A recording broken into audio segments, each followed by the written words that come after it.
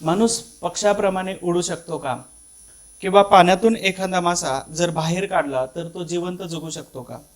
किंवा जमिनीवरून चालणारे जे काही प्राणी आहेत तर हे पक्ष्यांप्रमाणे का उडत नाहीत? असे जर प्रश्न जर कोणी विचारत असेल तर नक्कीच आपल्याला असा प्रश्न पडतो किंवा त्याच्याबद्दल एक प्रश्नचिन्ह तयार होतं की हा खरंच नॉर्मल आहे की खरंच याला वेड लागलेला आहे.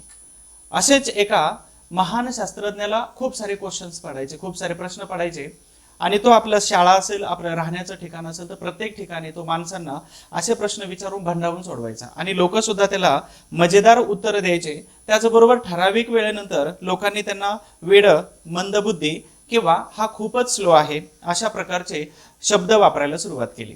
आणि त्या व्यक्तीला अजिबात याचं काही वाटत नव्हतं, कारण ते खूप मोठे महान शास्त्रज्ञ झाले, पण त्या ज्यावेळी हे प्रश्न विचारत होते त्यावेळचं यांचं वय होतं साधारणतः 8, 9, 10, 7 या दरम्यानचं वय होतं. आणि त्याच्यामुळे त्यांना कोण वेड म्हणतंय किंवा कोण शहाणं म्हणतंय याचं काहीही मॅटर करत नव्हतं किंवा काही फरक पडत नव्हता. एक वेळ अशी झाली की माणूस हा पक्ष्यांप्रमाणे का उडत नाही हा प्रश्न जेव्हा विचारला तर एकाने सांगितलं की पक्षी हे किडे मकोडे खातात आणि त्याच्यामुळे ते उडतात. यांनी एका गार्डनमध्ये गेले आणि खूप सारे किडे वगैरे एका भरणीमध्ये भरून आणले आणि आपल्या मित्रावरती त्यांनी तो प्रयोग केला होता. म्हणजे त्याचा पूर्ण भाजी टाईप काहीतरी बनवलं आणि मित्राला खाऊ घातलं. मित्र उडाला तर नाही, परंतु मित्राची तब्येत मात्र खूप खराब झाली आणि या बिचाराने खूप मार खाल्ला होता. थोड्या दिवसानंतर शाळेतून एका शिक्षकाने एक लेटर दिलं आणि ते लेटर सांगितलं तू तुझ्या आईला दे.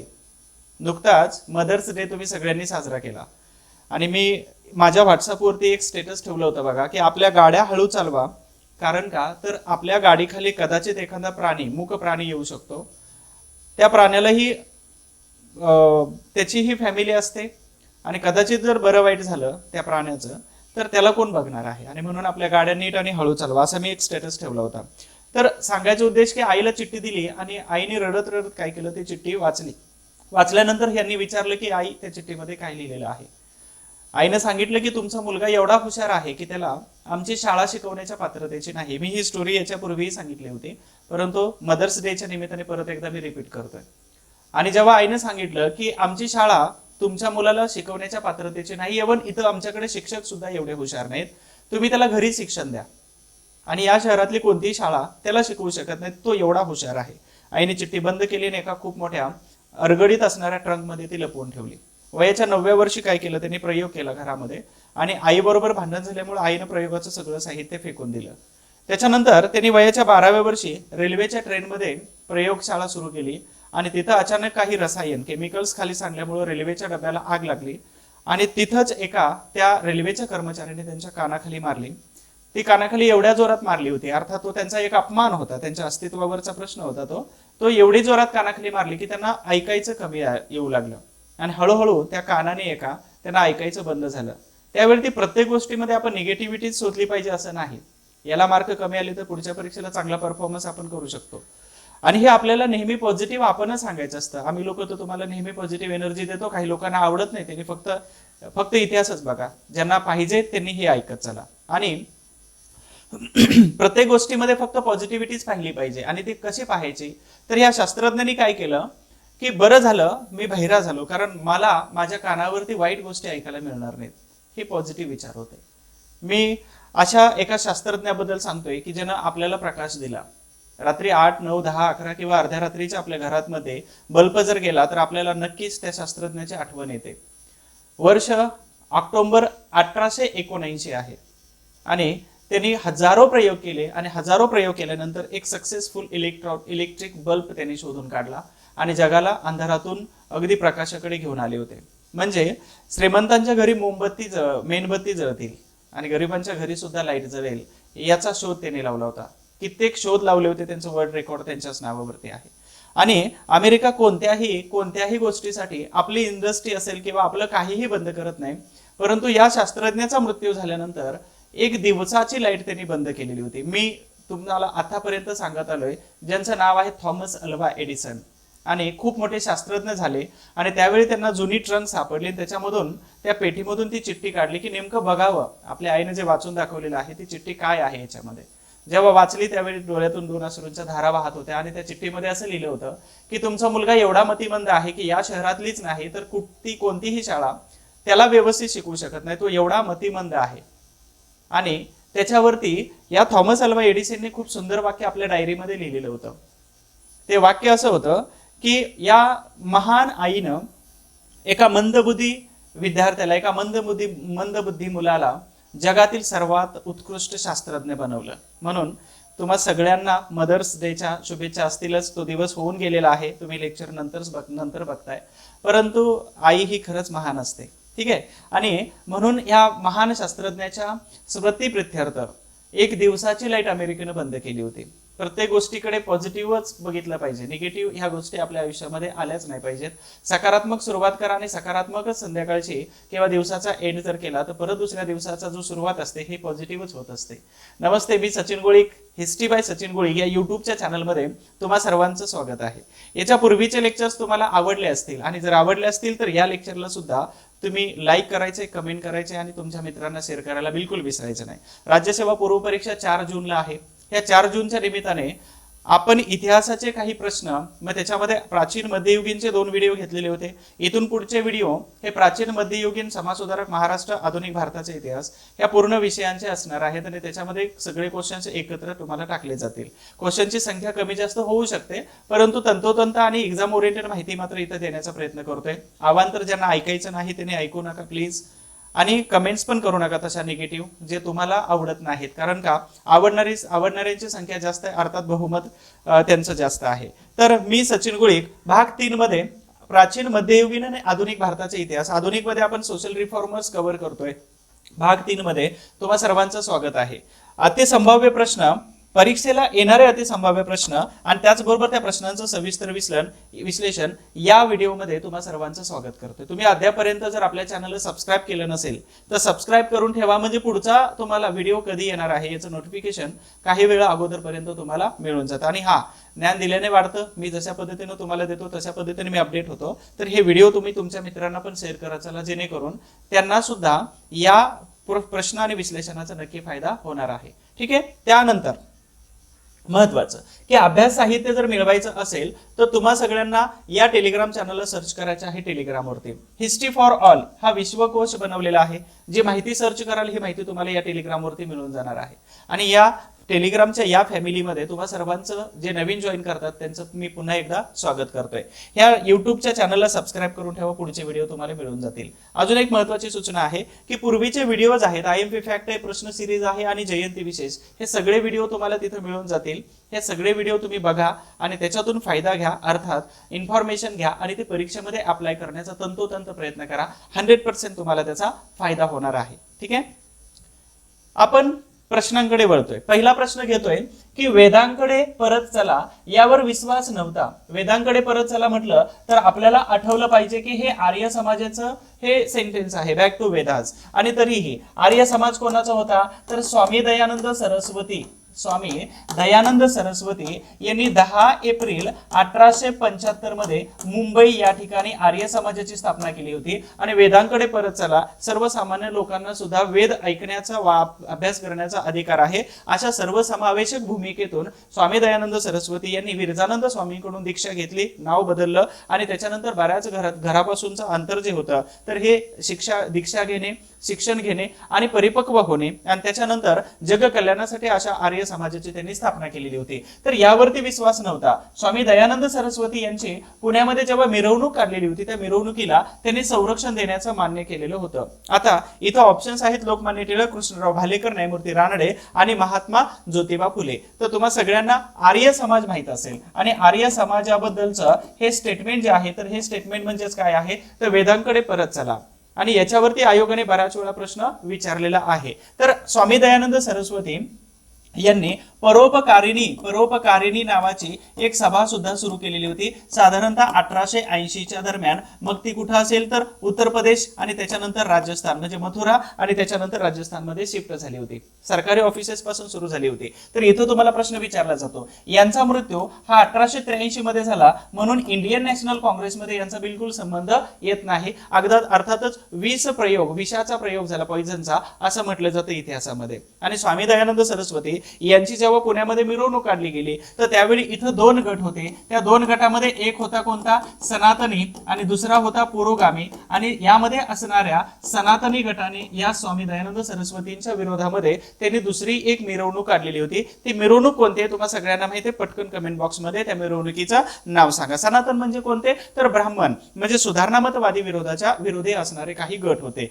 ठीक आहे. आणि पुरोगामी विचारांचे कोण कोण होते, तर याच्यामध्ये असणारे महात्मा ज्योतिबा फुले होते, न्यायमूर्ती रानडे होते, कृष्णराव भालेकर होते. कृष्णराव भालेकर हे माळी समुदायातून होते आणि हे शिवाजीनगर एरिया, सध्याच्या शिवाजीनगर एरिया, त्यावेळेच्या एरियाला भांबुर्डा असं म्हटलं जातं. इथून हे माळी समुदायातून होते. महात्मा ज्योतिबा फुले यांचे एक समाजातील व्यक्ती होते आणि दीनबंधू यांनी सुरू केलेलं होतं. आणि हे दीनबंधू यांनी सुरू करून 1877 पासून 1880 पर्यंत चालवलं. 80 मध्ये मात्र बंद पडल्यानंतर नाराजी मेघाजी लोखंडे यांनी काय केलं, मुंबईमधून चालू केलेलं होतं. तर इथं सांगितल्या प्रश्नाला की यांचा विश्वास नव्हता, वेदांकडे परत चला यावरती विश्वास नव्हता, कारण वेद हे असमानतेवरती आधारित आहेत. आणि म्हणूनच इथं पुरोगामी विचाराचे जे नेते होते किंवा पुरोगामी विचाराचे समाज सुधारक होते तर यांचा यावरती विश्वास नव्हता. परंतु अजून एक महत्वाचं की लहुजी बुवा साळवे जे आहेत, लहुजी बुवा मांग साळवे, तर यांच्या तालमीतून खूप सारी लोक त्यांनी काय केली होती, तर यांच्या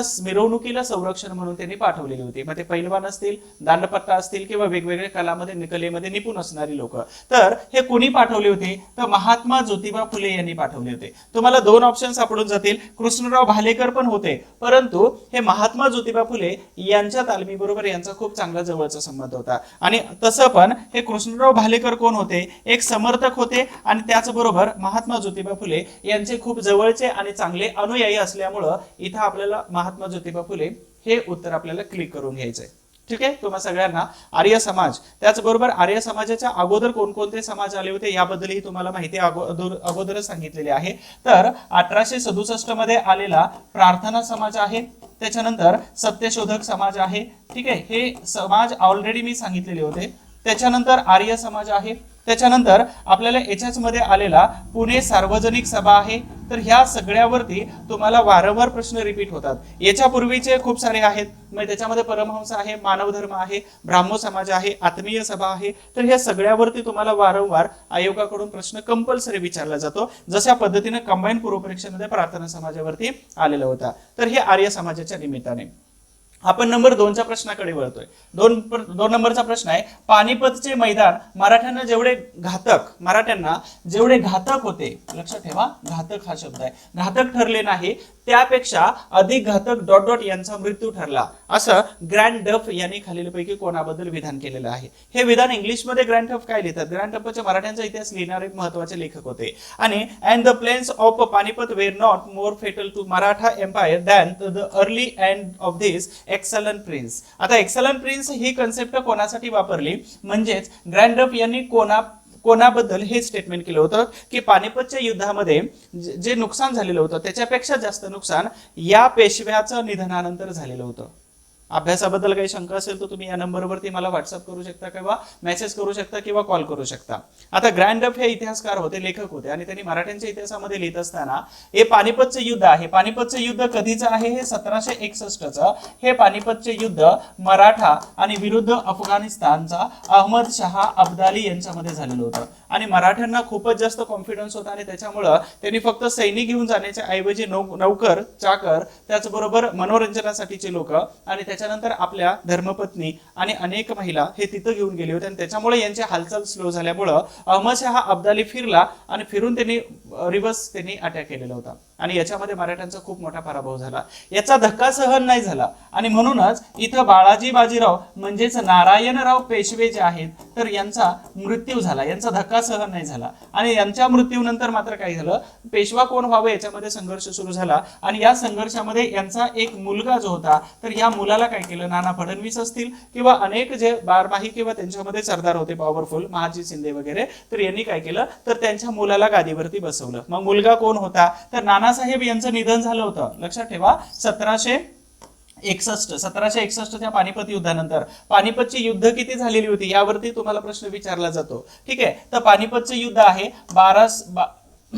पानिपतची युद्ध 1526, 1556 आणि त्याच्यानंतर हे महत्वाचं 1761. ठीक आहे, पानिपतचे युद्ध. आता नानासाहेब पेशव्यांचा मृत्यू झाला, त्यांचा मुलगा बाजीराव पहिला बाजीराव पहिला 1720 पासून 40 पर्यंत होते. आणि भारतामध्ये असे एक योद्धा आहेत छत्रपती संभाजी महाराज यांच्यानंतर बाजीराव पेशवा की कोणतीही लढाई न हरलेले. ठीक आहे. त्याच्यानंतर बाळाजी विश्वनाथ जे होते, तर हे बाळाजी विश्वनाथ म्हणजे हे पहिले पेशवा म्हणू आपण त्याला, म्हणजे छत्रपती शाहू महाराज यांच्या दरबारामध्ये संपूर्ण सत्ता साताऱ्यामधून पुण्यामध्ये शिफ्ट झाली तर यांच्या कालावधीमध्ये. तर हे तिन्ही ऑप्शन कट झाले, मग एकच ऑप्शन राहतो माधवराव पहिला. तर हे माधवराव पहिला यांनी काय केलं, तर यांचा कालावधी 1761 पासून 1772 पर्यंत होता. म्हणजेच यांच्या जवळपास साधारणतः 11 वर्षाच्या कारकिर्दीमध्ये जी मराठ्यांची पॉवर लेस झालेली होती, ही पॉवर परत एकदा माधवराव पहिला यांनी मात्र काय केली, परत प्राप्त करून दिली होती. ती प्रतिष्ठा. मराठी एवढे ताकदवान होते की दिल्लीमध्ये बादशाह कोण असावा हे मराठी ठरवत होते, लक्षात ठेवा. आणि यांनी काय केलं, तर याच युद्धाच्या दरम्यान आता यांना विरोध सर्वात मोठा कोणाचा होता, तर राघोबा. आणि यांचे सुपुत्र कोण होते, तर बाजीराव दुसरे. यांनाही पेशवा व्हायचं होतं आणि यांनाही पेशवा. तर यांना पेशवा व्हायचं होतं आणि यांना अर्थातच ह्या दोघांनी पण 2 तह केलेले होते. तुम्हाला सगळ्यांना ते वसई आणि सुरतचे तह माहित असायला पाहिजेत. आणि बाजीराव दुसरा जो होता, तर एवढा ऐश आणि आरामध्ये घालवलं की भारतामध्ये मुंबई प्रांताचे माउंट स्टुअर्ट एल्फिन्स्टन आल्यानंतर बाजीराव पेशवा यांच्या बरोबरच 1818चं शेवटचं युद्ध आहे इंग्रज आणि मराठा यांच्यामध्ये झालेलं किंवा पेशवा. आणि त्या युद्धानंतर पेशवाई संपुष्टात आली आणि मग इथं माउंट स्टुअर्ट एल्फिन्स्टन यांनी भारतामध्ये किंवा पुण्यामध्ये व्यवस्थित राज्याची घडी घातलेली होती. तर ह्या दोघांनीही काय केलं होतं, तर षडयंत्र रचलेली होती की स्वतःला पेशवा होण्यासाठी. परंतु यांच्या दरबारामध्ये असणारे जे सरदार होते, तर यांनी खूप चांगल्या पद्धतीनं यांना डील केलेलं होतं. तर ह्या तुम्हा सगळ्यांना पेशव्यांच्या थोडक्यात एखादा तरी इतिहास समजला असेल. यानंतर आपण 3 नंबरचा प्रश्न पाहतोय की ख्रिस्ती धर्माच्या प्रचारासाठी धर्म उपदेशक रेव्हरंड विल्सन आणि विष्णुबुवा ब्रह्मचारी, तर यांच्यातील वादविवादाशी संबंधित असणारं पुस्तक कोणतं आहे? बघा, राज्यसेवा पूर्व परीक्षेमध्ये याच्या अगोदर महात्मा ज्योतिबा फुले, डॉक्टर बाबासाहेब आंबेडकर असतील, गुप्तकालीन साहित्य आहे, मुघलकालीन साहित्यातील महत्वाच्या स्त्रिया आहेत. तर ह्या साहित्यावरती जास्त प्रश्न विचारलेले आहेत. अनालिसिस केल्यानंतर हे आपल्या लक्षात येऊन जातं. तर साहित्य इथं ग्रंथ विचारलेला आहे की वादविवाद होत होता. मग वादविवाद कोणत्या 2 धर्माशी संबंधित असायचा?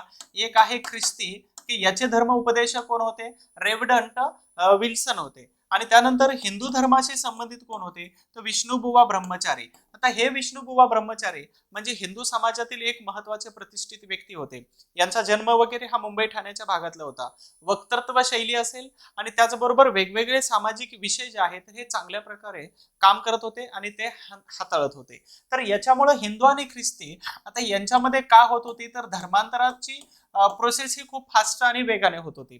हिंदू धर्मातून ख्रिश्चन धर्मामध्ये कन्व्हर्जन खूप जास्त होत होतं आणि त्याला थांबवण्यासाठी दोघांमध्ये आमचा धर्म कसा श्रेष्ठ आहे आणि तुझा धर्म कसा श्रेष्ठ आहे याच्यामध्ये वादविवाद होत होता. हा वादविवाद नेहमी समुद्राच्या किनाऱ्यावरती होत होता अर्थातच. आणि म्हणूनच या पुस्तकाचं नाव काय विचारलेलं आहे की कोणत्या पुस्तकाशी संबंधित आहे, तर यमुना पर्यटन. ही यमुना पर्यटन कादंबरीवरती तुम्हाला प्रश्न विचारतात की भाऊ महाजन यांची यमुना पर्यटन कादंबरी आहे. ही कादंबरी साधारणतः 1856-57 मध्ये पहिल्यांदा प्रकाशित झाली आणि म्हणून या कादंबरीला म्हटलं जातं मराठी भाषेतील पहिली कादंबरी. लक्षात ठेवा, यावरती तुम्हाला प्रश्न विचारला जाऊ शकतो. आणि मराठी कादंबरीमध्ये विषय काय होता, तर भारतातील परितक्त्या म्हणजे भारतातील विधवा स्त्रियांची अवस्था या यमुना पर्यटन नावाच्या कादंबरीमध्ये भाऊ महाजन यांनी मांडलेली होती. दुसरी गोष्ट समुद्र किनारचा वाद. हा समुद्र किनारचा वाद म्हणजे आपल्या ह्या प्रश्नाचं अपेक्षित असणारं उत्तर हे आहे की हिंदू आणि ख्रिश्चन या धर्मामध्ये दोघांमध्ये जो वादविवाद होत होता, वैचारिक वादविवाद होता, हा भांडण किंवा हाणामारी नव्हती. तर हा वादविवाद ह्या समुद्र किनारचा वादविवाद मध्ये होतं. कुलकर्णी लीलामृत नावाचा ग्रंथ आहे. मग तुम्हाला सगळ्यांना माहिती आहे, गेल्या वर्षीचा जर पेपर काढला तर यांचे लेखक आणि त्यांच्यावरती प्रश्न विचारलेला आहे. महात्मा फुलेंचा ग्रंथ वेगळा केला तर बाकीचं सगळं लेखन जे होतं तर हे मुकुंदराव मुकुंदराव पाटील यांचं लिखाण होतं आणि यांच्या लिखाणावरती तुम्हाला सगळे प्रश्न विचारले होते की पर्याय अयोग्य पर्याय बाजूला काढायचा होता.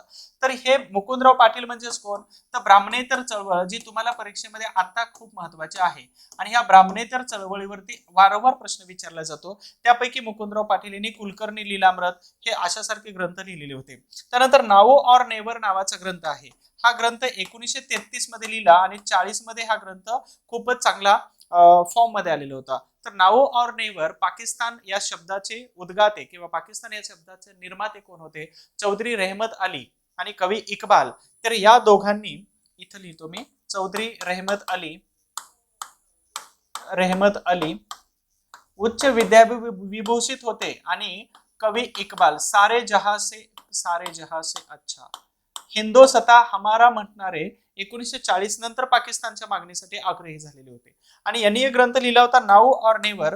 म्हणजेच लक्षात ठेवा की 2023 मध्ये जर तुमचा रिझल्ट नाही आला तर मग आपल्याला कधीच परत नाही निघणार. असं स्वतःलाच एक एनर्जी द्या, स्वतःला सांगा की आता नाही तर कधीच नाही, 2023-24 तर याच्यामध्ये नाही तर आपल्याला कधीच नाही, असं स्वतःलाच एक आव्हान द्या. एक लिमिटेशन असतं, ती लाईन आपल्याला घालून द्या की म्हणजे लाईन तिथपर्यंत आहे तर आपण स्पीडने पळतो, ती लाईनच नसेल, बॉर्डर नसेल तर आपण वेगाने पळणार नाही. आणि म्हणून हा ग्रंथ म्हणजे स्वतंत्र पाकिस्तानच्या निर्मितीसाठी हा ग्रंथ आणि याच्यामधला पाकिस्तान हा शब्द इथून आलेला होता. म्हणजे याचे लेखक कोण असतात तर रहमत अली चौधरी आणि कवी इक्बाल यांच्यामुळे या ग्रंथाला खूप मोठं वेटेज आलेलं होतं.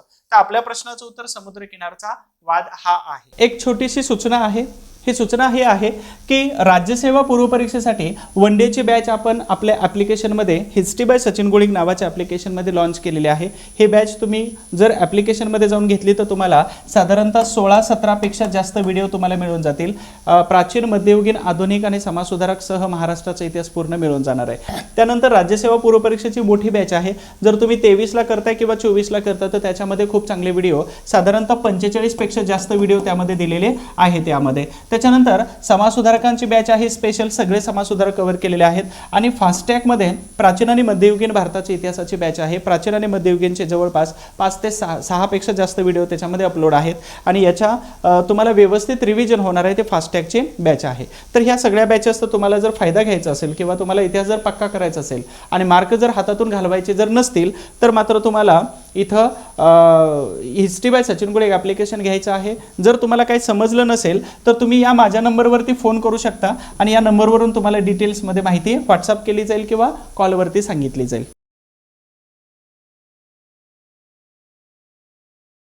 आपण पुढील प्रश्नाकडे वळतोय. वर्णनावरून व्यक्ती ओळखा. वर्णनावरून व्यक्ती ओळखा. आपल्याला वर्णन दिलेले युनिटेरियन मिशनरी चे रेव्हडन जे.टी. सँडरलँड यांच्या व्याख्यानामुळे एकेश्वर मताचा परिचय झाला.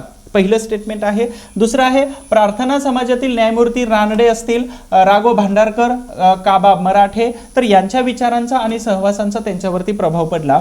1903च्या सप्टेंबरमध्ये ॲम्स्टरडॅम या ठिकाणी भरलेल्या त्रैवार्षिक आंतरराष्ट्रीय उदार धर्म परिषदेस ब्राह्मो समाजाचे भारताचे प्रतिनिधी म्हणून त्यांनी काय केलं तर आपला रोल प्ले केलेला होता. तर हे एवढं स्टेटमेंट दिलेलं आपल्या 3 ओळीमध्ये. मग तुम्हा सगळ्यांना माहीत असायला पाहिजे की खालीलपैकी व्यक्ती कोण आहेत. तर ॲम्स्टरडॅम मध्ये जाणारे व्यक्ती कोण असतील तर लक्षात ठेवा की भांडारकर कधी बाहेर गेलेले आहेत का, त्यानंतर न्यायमूर्ती रानडे कधी गेलेले आहेत का, विराज शिंदे आणि दादोबा तरखडकर. तर तरखडकर हा बाहेर जाण्याचा कधी प्रश्न येत नाही. पहिलं वाक्य इथं सेंटेन्स काय केलं बाजूला निघालं. पण प्रार्थना समाज आहे आणि इथं दादोबा तरखडकर आहेत परंतु बाहेर कधी गेलेले नव्हते. त्यानंतर न्यायमूर्ती रानडे हे सुद्धा बाहेर कधी जाण्याचा योगायोग आलेला नव्हता. त्याच्यानंतर भांडारकर आणि रेव्हडन हे काय होते समकालीन होते, त्याच्यामुळे त्यांच्या विचारावरती त्यांचा एकमेकांचा प्रभाव पडणारच नाही. मग पुढे राहिलं कोण तर विराज शिंदे. तर विराज शिंदेबद्दलचं हे स्टेटमेंट योग्य आहे. काय सांगितलं जातं तर हे गोष्ट आहे 1895ची आणि हे अमेरिकन युनिटेरियन मिशनरीचे सँडरलँड जे आहे तर यांच्या व्याख्यानामुळे एकेश्वर म्हणजे एकाच ईश्वराचा परिचय त्यांना झाला. हे विराज शिंदे होते. आंबेडकरांच्या अगोदरच्या दलित चळवळीमध्ये सर्वात महत्त्वाचं काम करणारे विराज शिंदे आणि यांनी हे काम खूप मोठ्या भरीव कामगिरीनं केलेलं होतं. मग डिप्रेस क्लास मिशन असेल म्हणजेच हे DCM असेल यांनी सुद्धा काम केलं होतं. ठीक आहे. त्यानंतर प्रार्थना समाजातील रानडे, भांडारकर आणि मराठे यांचा प्रभाव विराज शिंदे यांच्यावरतीच पडलेला होता. हे कोण होते लोक, प्रार्थना समाजाचा आधारस्तंभ स्तंभ म्हणून यांच्याकडे पाहिलं जात होतं. ठीक आहे. त्यानंतर दुसरं 1903च्या सप्टेंबरमध्ये, तर लक्षात ठेवा 1901 पासून 1903 पर्यंत वि रा शिंदे ह्या अमेरिकन आणि त्याचबरोबर वेगवेगळ्या मिशनरीच्या माध्यमातून फेलोशिप मिळाले आणि म्हणून ते बऱ्याच वर्षांसाठी ते त्या युरोपियन देशांमध्ये धार्मिक शिक्षण घेण्याला गेले होते. तर 1903 मध्ये त्रैवार्षिक आंतरराष्ट्रीय उदार धर्म परिषद भरली होती. तर हिंदुस्थान उदारमतवादी, हिंदुस्थानचा उदार धर्म किंवा अशा नावाने त्यांनी काय केलं होतं, तर एक निबंध सादर केला होता आणि हे ब्राह्मो समाजाचे प्रतिनिधी म्हणून काय केलं जातं, तर तिथं ते सहभागी झालेले होते. वि रा शिंदे यांना आपण ब्राह्मो आणि प्रार्थना समाजासोबत काम करताना पाहतो. त्याच्यानंतर 1906 नंतर 1920-21 पर्यंत ते आंबेडकर पूर्व दलित चळवळीमध्ये सक्रिय ऍक्टिव्ह होते. त्याच्यानंतर 1936 पर्यंत 22 पासून 36 पर्यंत शेतकऱ्यांच्या प्रश्नां 36 नंतर ते भारतीय राष्ट्रीय काँग्रेस बरोबर जोडले होते. आयुष्याच्या 4 टप्पे आहेत वि रा शिंदे. परीक्षेला हमखास येणारे प्रश्न आहेत वि रा शिंदे. जसे आंबेडकर, महात्मा फुले, शाहू महाराज, तसे वि रा शिंदे खूप महत्त्वाचे पर्सन्स आहेत. आणि लक्षात ठेवा एकच विजय तुमच्या हजारो पराभव पुसून टाकू शकतो, म्हणून पूर्ण ताकदीने अभ्यासाला लागा. पुढील प्रश्न आहे कानपूर कटाबद्दल चुकीचे विधान ओळखा. गुलाम हुसेन कानपूर कटाबद्दल चुकीचे विधान. कानपूर कट लक्षात ठेवा हा कानपूर कट आहे 1924चा. कानपूर कटाला अजून एका नावाने ओळखलं जातं, ते बोल्शेविक क्रांती. ठीक आहे, बोल्शेविक क्रांती या नावाने सुद्धा तिला ओळखलं जातं. तर हे कम्युनिस्टांचा होता. आणि नागपूर कटाबद्दल चुकीचं विधान सांगितले. गुलाम हुसेन यांना आजारी असल्यामुळे मुक्त केलं. दुसरं आरशी शर्मा हे पॉंडिचेरीला गेले. मानवेंद्रनाथ रॉय हे जर्मनीला गेल्यामुळं त्यांना अटक झाली नाही. त्याच्यानंतर शौकत उस्मानी, अमृत श्रीपाद अमृत डांगे, नलिनी गुप्ता, मुजफ्फर अहमद यांना प्रत्येकी 4 वर्षाची शिक्षा झाली. आणि चुकीचं विधान कोणतं नाही, तर वरीलपैकी सर्व नाही. मग याच्यापैकी कोणतं विधान चुकीचं नाही, तर लक्षात ठेवा की ह्या सगळे स्टेटमेंट बरोबर आहेत. हे दोघंही सापडलेले नव्हते, ते परदेशी गेले होते. त्यानंतर ह्या चौघांना प्रत्येकी 4 वर्षाची शिक्षा झालेली होती. ठीक आहे. अजून एक महत्त्वाचं आहे की सर्व बरोबर आहेत. म्हणजे 1 नंबरचं स्टेटमेंट आहे की गुलाम हुसेन यांना आजारी असल्यामुळे मुक्त केलं, तर गुलाम हुसेन यांना सुद्धा शिक्षा झालेली होती. मग इथं कोण येतात, तर सिंगारवेलू चेट्टीयार नावाचे व्यक्ती माहित असेल तुम्हाला, तर हे आहेत सिंगारवेलू चेट्टीयार. हे दक्षिण भारतातील महत्त्वाचे कम्युनिस्ट व्यक्ती होते. आणि ह्या 1924च्या कानपूर कटादरम्यान यांना मात्र काय केलं, आजारपणामुळे काही कालावधीनंतर बंदमुक्त केलेलं होतं, जेलमुक्त केलेलं होतं. त्याच्यामुळे हा कानपूर कट. आता कानपूर कट इथं आला, त्याच्यामुळे कट कोणकोणते महत्त्वाचे आहेत परीक्षेच्या दृष्टिकोनातून, ज्यावरती परीक्षेला प्रश्न विचारला जातो. तर पहिला आहे अलीपूर कट, आता वर्षानुसार घेत नाही. त्याच्यानंतर आहे दिल्लीचा आहे, त्याच्यानंतर लखनौचा आहे, ओके, लाहोर कट आहे, त्याच्यानंतर नाशिक कट खटला आहे, ओके, त्याच्यानंतर माणिकतोळा. हे सगळे महत्त्वाचे कट जे आहेत, तर हे तुम्हाला परीक्षेला विचारले जाऊ शकतात. त्याच्यानंतर पुण्याच्या जवळपास साताऱ्याजवळ औंध आहे. त्याच्यानंतर पंढरपूरचा कट खटला आहे. तर हे सगळे तुम्हाला कट परीक्षेला विचारले जाऊ शकतात. चितगाव कट आहे. तर हे सगळे कट तुम्हाला परीक्षेला विचारले जातात. जशा पद्धतीने हा कानपूरचा आहे, तशाच पद्धतीनं हे IMP कट परीक्षेला विचारले जाऊ शकतात. पुढील प्रश्नाकडे जातोय 6 नंबरचा, की कलेच्या गांधार, प्राचीन भारतातील प्रश्न आहे. कलेच्या गांधार शैलीबद्दल काय सांगितलंय, योग्य विधान ओळखा. आता योग्य विधान ओळखा. तर शक, इराणी, रोमन, ग्रीक आणि भारतीय यांचा संगम होता, म्हणजेच गांधार शैली. त्यानंतर या शैलीला इंडो ग्रीक किंवा युनानी ग्रीक शैली असेही म्हणत होते. त्यानंतर बौद्ध धर्मातील महायान पंथाच्या उदयामुळे या शैलीला प्रोत्साहन मिळालं. आणि नंबर 4चं स्टेटमेंट आहे, या मूर्तीत प्राकृतिक सौंदर्य, युनानी देवता आणि अपोलोची नक्कल होती. तर हे 4ही स्टेटमेंट आपल्याला इथं विचारलेली आहेत. उत्तर बघूया आपण ह्या स्टॅरी स्टेटमेंटला अभ्यास करून, की गांधार शैली, मग वेगवेगळ्या मूर्तीच्या कलेच्या शैली होत्या. याच्यामध्ये आपल्याला समजायला पाहिजे की गांधार शैली आहे, त्याच्याबरोबर दुसरी मथुरा शैली आहे, त्यानंतर अमरावती शैली आहे, त्याचबरोबर अजून एक आहे वाराणसी शैली. तर या प्रत्येक शैलीमध्ये मूर्तिकलेमध्ये एक वेगळाच उत्तम नमुना असायचा. गांधार शैलीचं हे वैशिष्ट्य होतं की डोक्यावरती एक कुरळे केस केले जात होते. ठीक आहे, तर गांधार शैली. मग या शैलीचा उगम कसा झालेला होता, भारतामध्ये जेव्हा ग्रीक, इराणी, शक, रोमन हे सगळी लोक, सत्ताधारी लोक भारतावरती आक्रमण करून येत होते, तर त्यांचा संगम हा भारतीय कलेबरोबर झाला. म्हणजेच काय होतं की याच्यामध्ये कला आणि विषय हे दोन घटक खूप मॅटर करतात. लक्षात ठेवा, याला कला कोणत्या होत्या, तर हा कला परकीय प्रकार होता, परंतु विषय मात्र इथं भारतीय होते. हे लक्षात ठेवा, दोन्ही गोष्टी. कला परकीय होती आणि त्या कलेचा भारतीय विषयामध्ये काय केलं, त्यानं संगम केला आणि मग त्याला वेगवेगळ्या नावाने ओळखलं जाऊ लागलं. तर याला इंडो ग्रीक किंवा युनानी ग्रीक असंही म्हटलं जात होतं. महायान आणि हीनयान अशा प्रकारचे दोन बौद्ध धर्मामध्ये पंथ आहेत आणि त्याच्यापैकी महायान पंथाच्या उदयामुळं या शैलीला खूप मोठं प्रोत्साहन. मग याच्यामध्ये सर्वात जास्त काय बनलं असेल तर बौद्ध किंवा सिद्धार्थ गौतम बुद्ध यांच्या मूर्ती बनलेल्या होत्या. त्यानंतर या मूर्तीमध्ये सौंदर्य आणि युनानी देवता अपोलो याची नक्कल होती. तर युनानी देवता यांची नक्कल केली जात होती, कॉपी केलं जात होतं. तर याच्यापैकी सांगितले की योग्य विधान कोणतं आहे गांधार शैलीचं. पुढच्या व्हिडिओमध्ये आपण मथुरा, वाराणसी, अमरावती ह्या शैली आपण सविस्तर बघणार आहोत. तर इथं सगळे विधान कसे आहेत, तर हे सगळी चारीच्या चारी विधानं बरोबर येतात. म्हणून आपलं उत्तर काय येतं, तर सर्व विधाने बरोबर आहेत. ठीक आहे, लक्षात ठेवा. आणि ही परिस्थिती बदलत असते नेहमी. मग ते परिस्थिती गरिबीची असो किंवा पैसे नसतात किंवा बऱ्याच फेज मधून आपण सफर करत असतो, तर आपल्याला नेव्हर गिव्ह अप करायचं, अर्थात माघार घ्यायची नाही. तर ही परिस्थिती बदलत असते आणि बदलत्या परिस्थितीसाठी तुम्ही काय केलं पाहिजे, आतापासूनच तयारी म्हणजे कॉन्स्टंट राहिलं पाहिजे. पुढील प्रश्नाकडे जातोय. मुघलकालीन व्यवस्थेबद्दल चुकीचे विधान ओळखा. मुघलकालीन व्यवस्था, मुघलांचा कालावधी कधी सुरू झाला होता, तर साधारणतः 1526 पासून इथं 1857 पर्यंत मुघलांचा कालावधी आहे. ठीक आहे, मुघल काळ आहे. आणि याच्यानंतर मात्र आपल्याला ब्रिटिशांचं राज्य दिसून येतं. तर याच्यापूर्वी कोणाचं होतं, तर सुलतान होते आणि याच्यानंतर ब्रिटिश होते. तर ह्यांच्यामध्ये असणारा कालावधीमध्ये मुघलांचे चुकीचे विधान. व्यापार, टाक्सा, नजराने, जकात, भूमिकर ही उत्पन्नाचे प्रमुख साधनं होती. बरोबर आहे. मालगुजारीच्या गल्ला बक्षी, नस्क आणि जबुती या तीन पद्धती काय होत्या, प्रचारात होत्या. तर ह्या पद्धती कशासाठीच होत्या, तर कर वसुलीच्या पद्धती आहेत ह्या सगळ्या तिन्ही पण कर वसुलीच्या पद्धती. ठीक आहे, गल्लाबक्षी, नस्क आणि जबुती. फिरोजशाह तुघलक कालीन कालव्यांची दुरुस्ती ही अकबराने केली. फिरोजशाह तुघलक, आता फिरोजशाह तुघलक म्हणजेच कोणत्या कालावधीमध्ये जातो, तर हे सुलतान कालावधीमध्ये जातात, सुलतानशाहीमध्ये. आणि हे कोणत्या तर बादशहामध्ये जातात, बादशाही. तर हे दोन्ही स्टेटमेंट बरोबर आहेत. आणि फिरोजशाह तुघलकांनी काय केलं, ज्या ज्या कालवे बनवलेली होती तर त्याची दुरुस्ती अकबराने केली. कारण अकबर हा धर्मनिरपेक्ष आणि चांगलं राज्य देण्याला सक्षम होता. त्यानंतर महाम अनघा, नूरजहा, जहाआरा, जिबुनिसा आणि जिनत अन निसा अशा काही स्त्रियांनी तत्कालीन सुलतान शहा यांच्यावरती वर्चस्व गाजवलं. तर याच्यापैकी चुकीचं स्टेटमेंट तुम्हाला कोणतं आहे ते ओळखायचंय. पहिलं बरोबर सांगितलं, दुसरं स्टेटमेंट बरोबर आहे आणि तिसरं स्टेटमेंट बरोबर आहे. मग चौथ्यावरती तुम्हाला या महिलांची जी नावं आहेत, तर लास्ट गेल्या काही वर्षांपूर्वी राज्यसेवा पूर्व परीक्षेमध्ये साहित्याच्या दृष्टिकोनातून मुघलकालीन स्त्रियांची नावं विचारली होती. तर इथं मी त्याच स्त्रियांची नावं परत एकदा रिपीट केलेली आहेत. तर बघा, इथं एकच बदल आहे.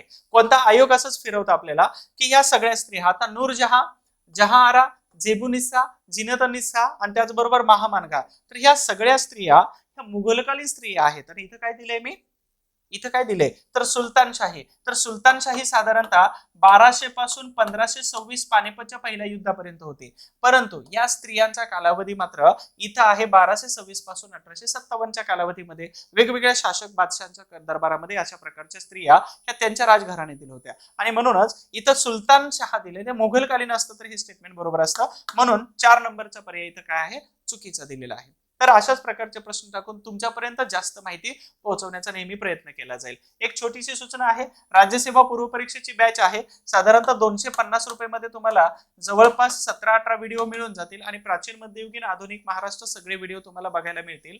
ऑनलाईन बॅच आहे, 2 पट वॉच टाइम आहे आणि 1 महिन्याची व्हॅलिडिटी. हिस्ट्री बाय सचिन गुडिग ऍप्लिकेशन डाउनलोड करा. जर तुम्हाला अजून काही माहिती पाहिजे असेल तर या दिलेल्या मोबाईल नंबरवरती मेसेज करा, व्हॉट्सअप करा, टेलिग्राम किंवा कॉल केला तरी चालेल अबाउट द बॅच. ठीक आहे. त्यानंतर प्राचीन आणि मध्ययुगीन ज्यांनी राज्यसेवा पूर्व परीक्षेची मोठी बॅच घेतलेली आहे फुल लेनची, तर त्यांच्यासाठी फास्ट ट्रॅक रिव्हिजन बॅच टाकलेली आहे. त्याच्यामध्ये एक व्हिडिओ तुम्हाला किमान 3 वेळा पाहता येतो. 2 महिन्याची व्हॅलिडिटी आहे. त्याच्यामध्ये 6 पेक्षा जास्त व्हिडिओज आहेत आणि ही बॅच 155 रुपये दिलेले आहे. कमी कालावधीमध्ये 6 व्हिडिओ तुमचा प्राचीन, मध्ययुगीन एकदम परफेक्ट होऊन जातो. ठीक आहे.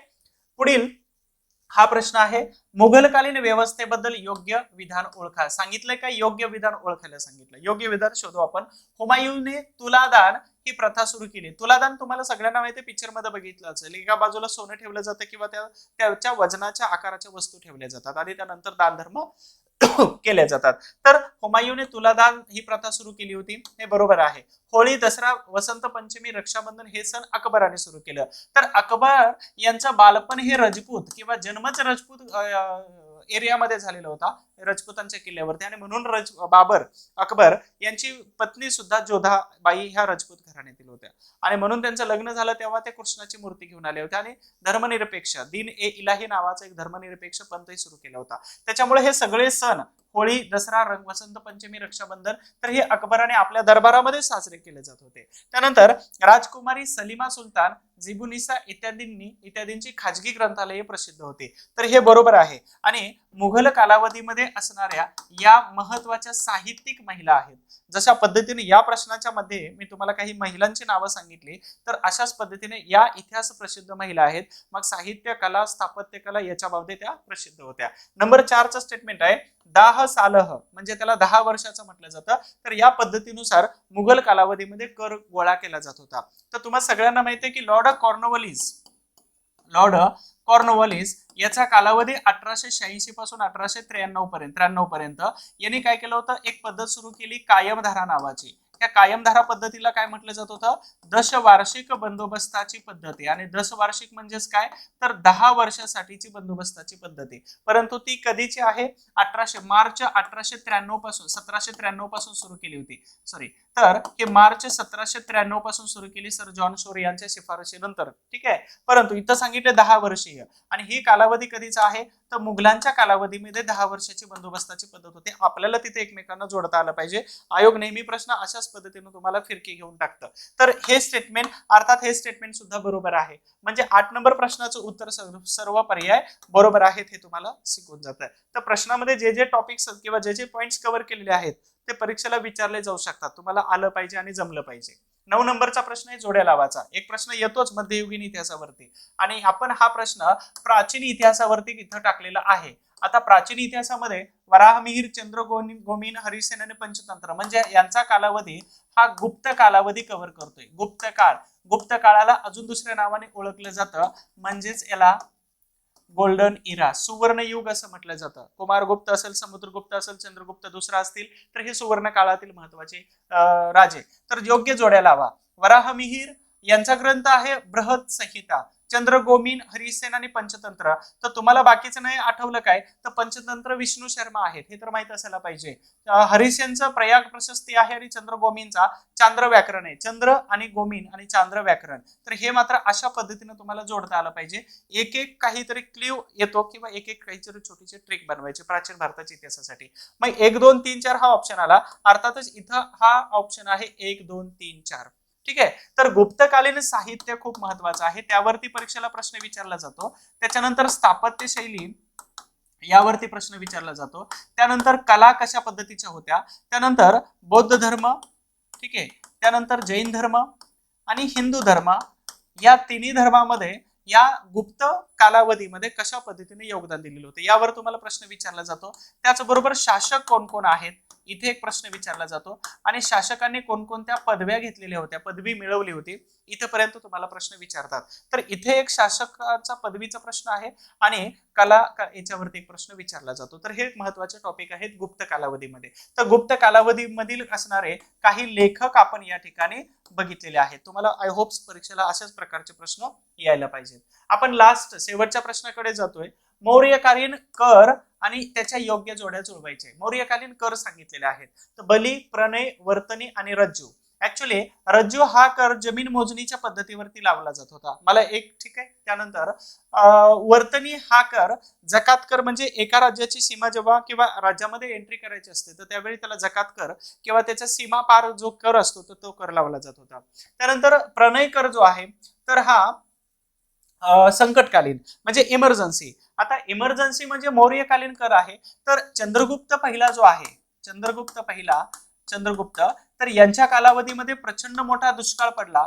दुष्काळाच्या दरम्यान त्यांनी काय केलं, दक्षिण भारतामध्ये आले होते आणि जैन धर्माचे 2 पंथ बनले. दक्षिण भारतात आल्यानंतर दक्षिण भारतात जे आले तर त्यांना दिगंबर असं म्हटलं जातं आणि उत्तर भारतात राहिले त्यांना श्वेतांबर असं म्हटलं जातं. तर जेव्हा दक्षिण भारतात आले हे दुष्काळाच्या दरम्यान, तर त्यावेळी त्यांनी जो कर लावलेला होता तर त्या कराचं नाव आहे प्रणय कर. आणि तरी सुद्धा परिस्थिती हँडल नव्हती होत आणि म्हणून त्यांनी काय केलं तर आपलं राज्य सोडून दक्षिण भारतामध्ये आले आणि प्रयोग विवेचनाने आपला मृत्यू पत्करलेला होता. तर मग इथं आपल्याला जोडी लावता आले तर बली म्हणजे धार्मिक कर होता. बली म्हणजे आता पशुबळी दिला जातो तर पशुबळी म्हणजेच धार्मिक कर, तर हा धार्मिक कराबरोबर जोडता आला पाहिजे. प्रणय म्हणजे संकटकालीन कर, संकटकालीन म्हणजे दुष्काळ असेल किंवा महापूर असेल किंवा आकस्मिक संकट असू शकतं. वर्तनी म्हणजे जकात कर, मी ऑलरेडी तुम्हाला सांगितलं होतं सीमापार म्हणजे एका राज्यातून दुसऱ्या राज्यात जात असताना किंवा एंट्री करत असतानाचा. आणि रज्जू म्हणजे जमिनीवरील मोजण्याचा कर, जमीन मोजण्याचा कर होता.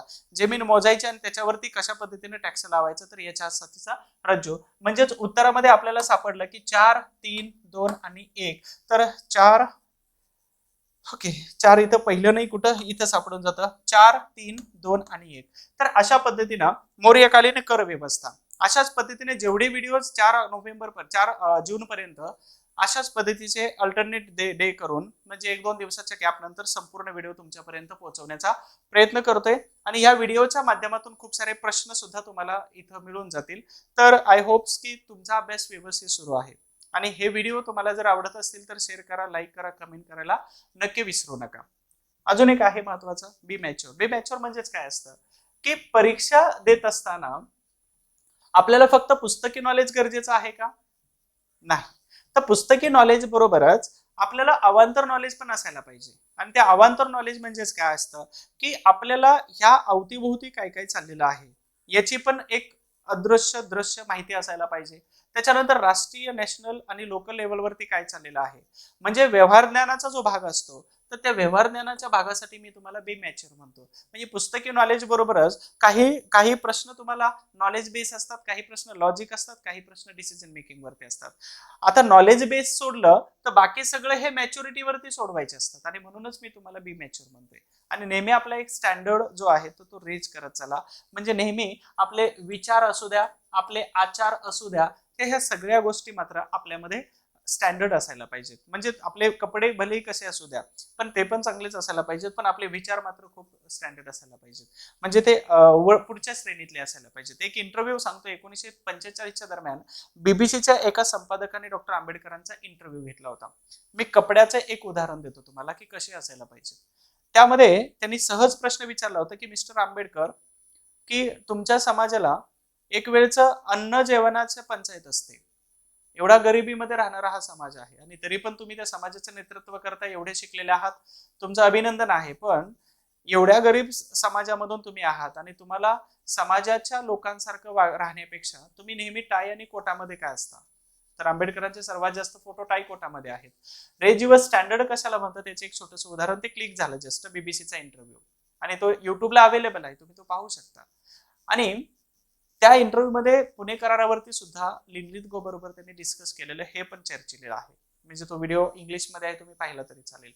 आणि मग आंबेडकरांनी उत्तर दिलं होतं की तुम्ही टायकोटामध्ये का असता. याला उत्तर दिलं होतं की तुम्हाला माहिती आहे माझ्या खिशामध्ये किती रुपये आहेत. तर पत्रकारांनी सांगितलं आय डोंट नो.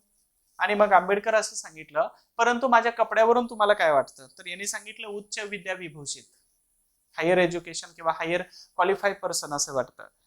त्यांनी सांगितलं की माझ्या खिशामध्ये एकही रुपये नाही आता सध्या, पण माझ्या कपड्यावरून माझा स्टँडर्ड तुम्हाला समजून जातो की मी उच्च विद्या विभूषित आहे, मी हायली क्वालिफाईड पर्सन आहे, हे तुम्हाला कळून जातं. तशाच पद्धतीनं माझ्याकडे 2च ड्रेस आहेत परंतु मी त्याला अल्टरनेट वॉश करतो, प्रेस करतो आणि ते घालून जातो.